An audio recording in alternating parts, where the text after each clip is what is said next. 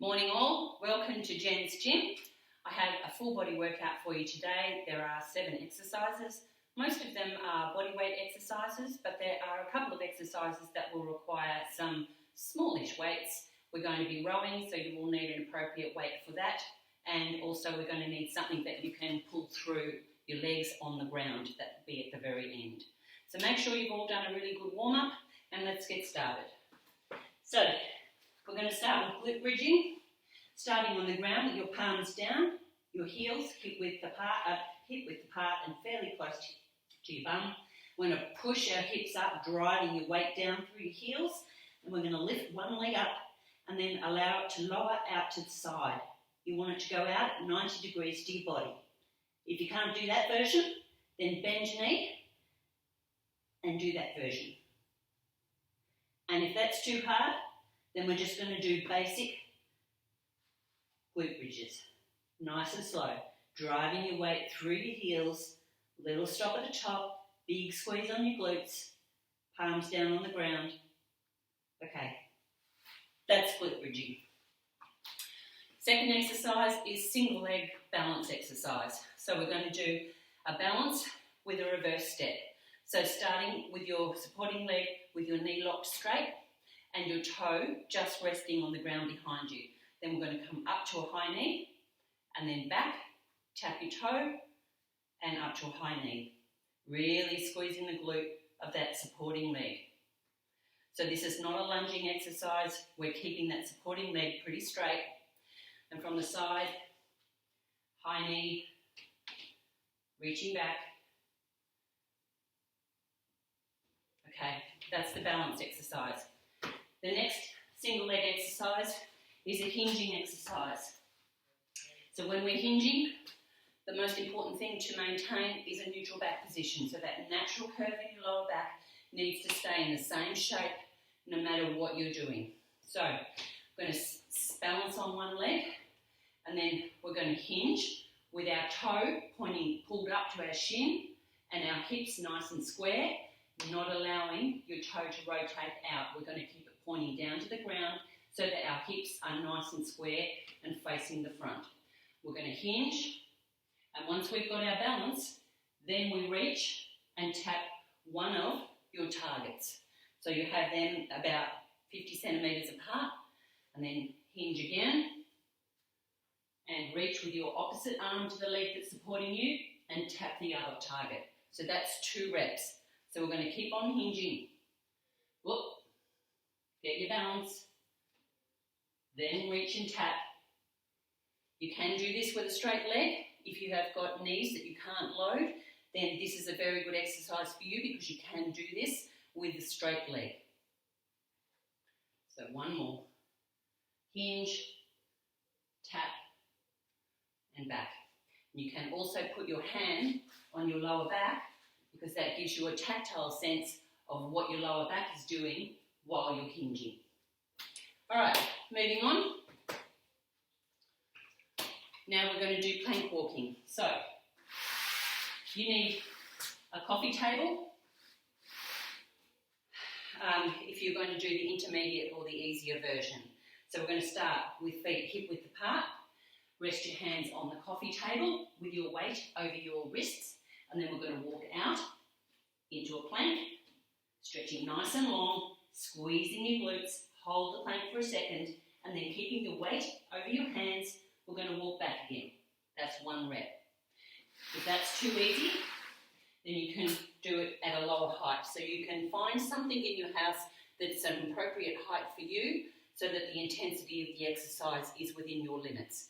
If you want to do the more advanced version, you can do the one on the ground. That's your starting position, walking out, holding the plank, pushing up through your shoulders, squeezing your glutes, straightening your legs, and then walking back. That's 1 rep. I missed another leg exercise. So for people that don't have any issues with your knees, exercise 3 was reverse Nordic curls, which I missed. So we'll just take a step back.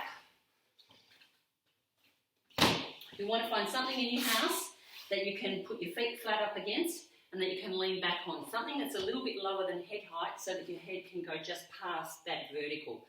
So set yourself up with your feet flat against the thing that you're resting on, and then squeezing your glutes, engaging your core, keeping everything nice and straight.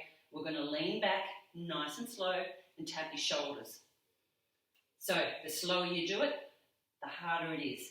So if that's too easy, then find something that you can pat between your feet and the thing that you're aiming for. So that's a little bit harder because now you have to lean back a little bit further before you can tap your shoulders. Okay, that's reverse Nordic curls. So back to arms or upper body. Now we're going to do some rowing. So you need to find something in your house that you can rest your hands on, something that's about 50 centimetres high, and you want to find something that you can row with. So I've got my little pot here that weighs about 6 kilos. You won't need a lot of weight because the version of the exercise that we're doing is very slow. So we're going to be keeping the muscle under contraction for quite a long time. So set yourself up so that your shoulder is over your wrist, your weight is on your front leg, and you're resting that back toe, so we're in like a sprinter's starting position.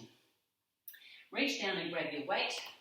This is your starting position with your shoulders nice and square.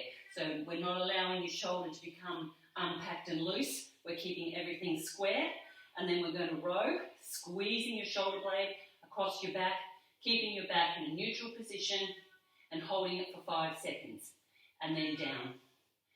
Up, squeeze that shoulder blade mindfully, 3,000, 4,000, 5,000, and down. 1,000, 2,000, 3,000, 4,000, 5,000, down. Okay, obviously you've got to do left and right, and that's rowing.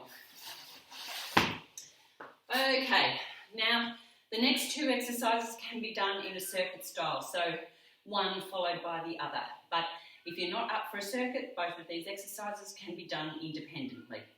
The first exercise is a few variations of planking, and then followed by a quadruped pull-through. So the quadruped pull-through is the thing that you're going to need that weight for. You can actually go quite heavy with this. So if you're up for a challenge, go into your shed and find something really heavy that you can drag around on the ground. Okay, so planking. The standard front plank first. This is the easy version, pushing up through your shoulders and holding it for as long as you can, maybe 15 seconds, 20 seconds, 30 seconds, or a minute.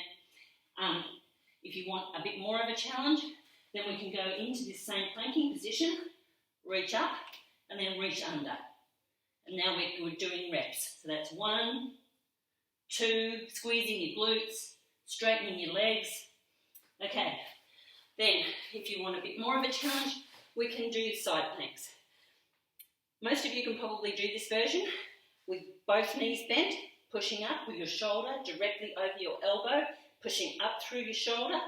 Again, reaching up, reaching under, stretching up, reaching under. And then there's this version, which is a little bit harder. You want to put a lot of your weight down through that foot that's extended. So taking a bit of the pressure off that knee. And then if you want a real challenge, both feet together, pushing up, and exactly the same thing. Okay, and that's it. I hope you enjoy my workout. Have a good day.